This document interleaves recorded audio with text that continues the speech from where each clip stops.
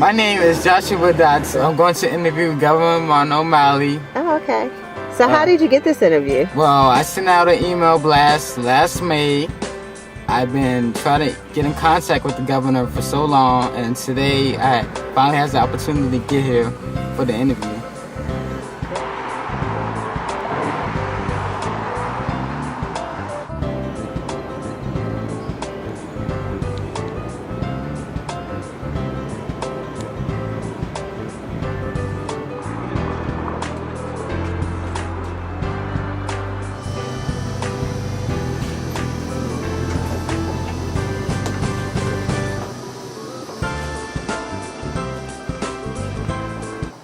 How long have you been attending Central High School?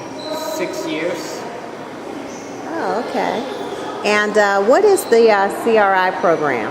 Community Reference Instruction Program is a 6-year completion program in high school. Allows students to get a certificate of completion for jobs and allow them to get the jobs in employment. Okay.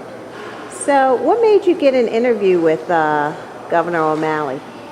I just wanted to ask him questions about how our public transportation could be improved throughout Maryland. And here I am.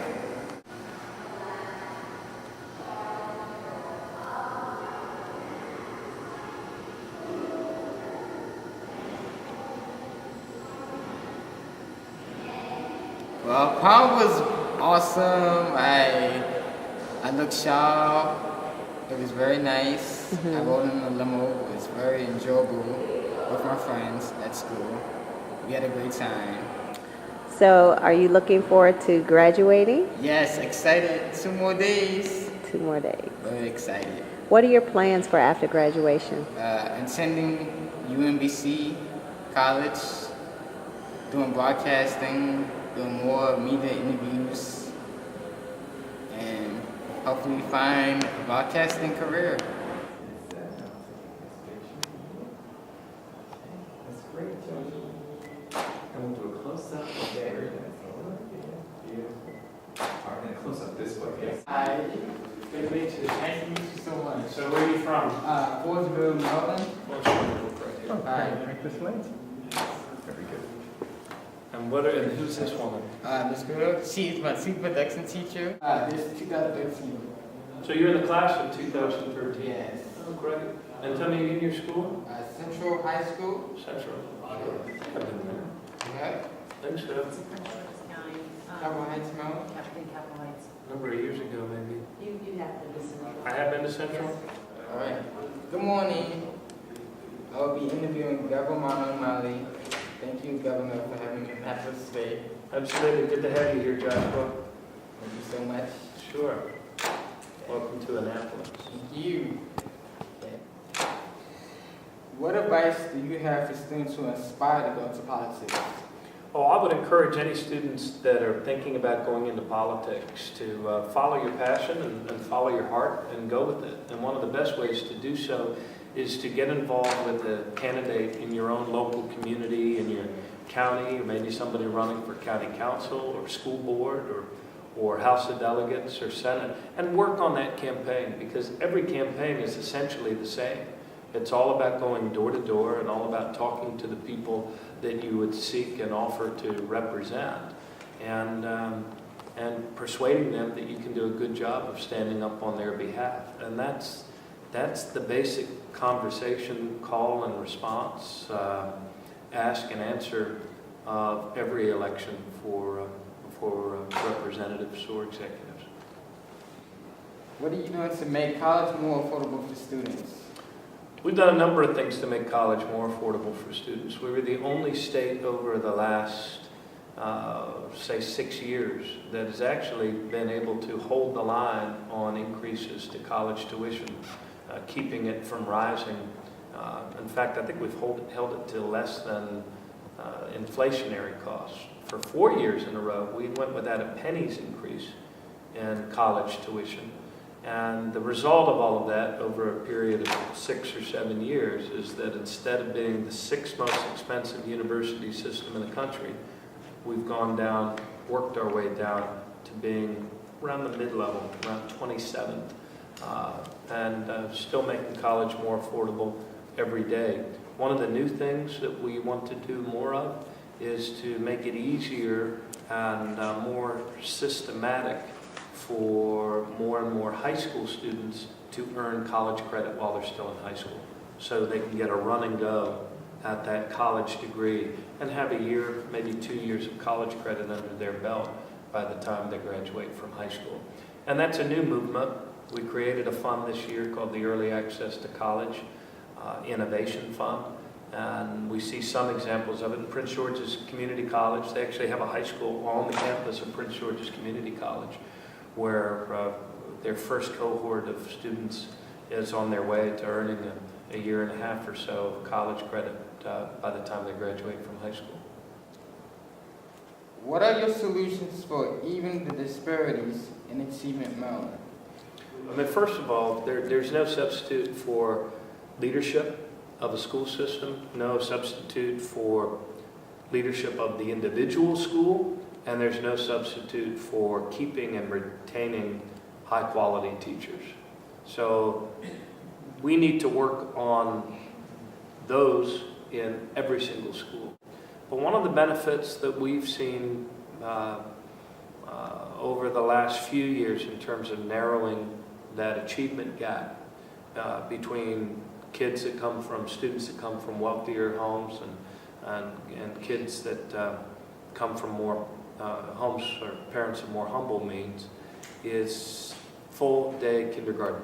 So the more that we can do with early childhood education, the more we will be able to narrow that achievement gap. Because if a child enters kindergarten, first grade, ready to learn, they're far more likely to master those core competencies of reading and basic math by 9 than if they don't enter first grade ready to learn, or if they don't enter kindergarten proficient in certain basic skills and shapes and numbers and letters and things like that. So a number of years ago we went to full day kindergarten throughout the state.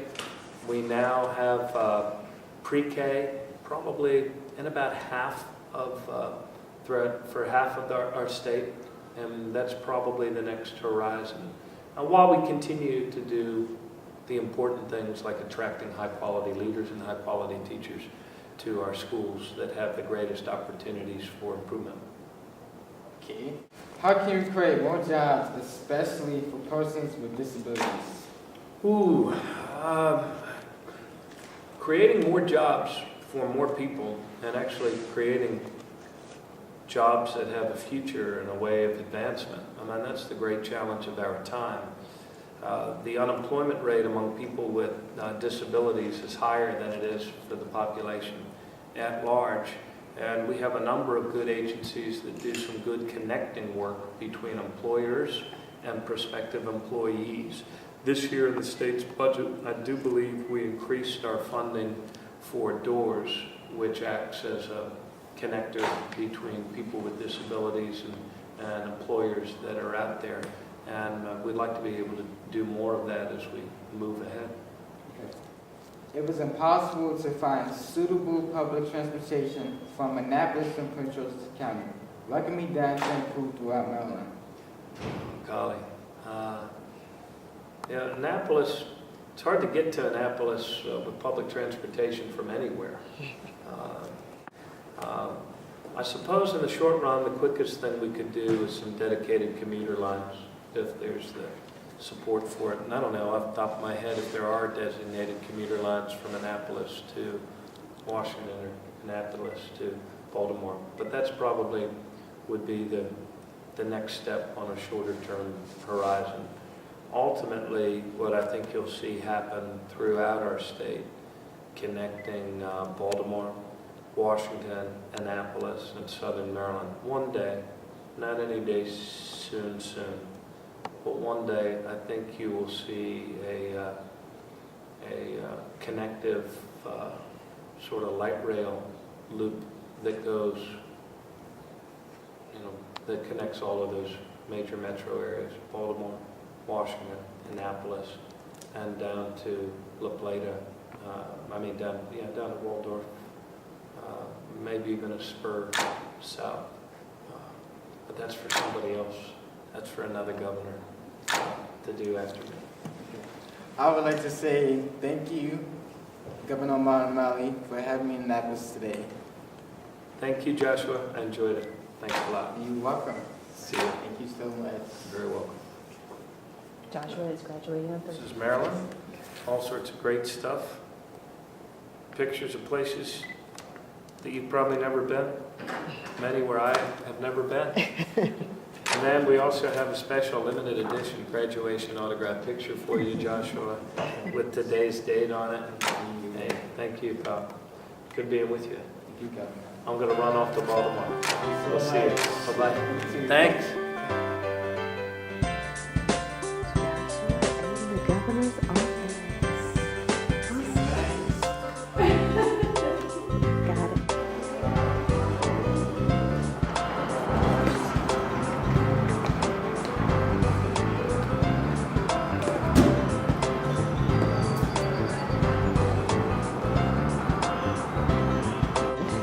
I got to meet the governor. It was nice. I asked him questions. So what's next for Joshua? Going to UMBC College. Going to broadcasting. Finding a career in broadcasting. Who knows?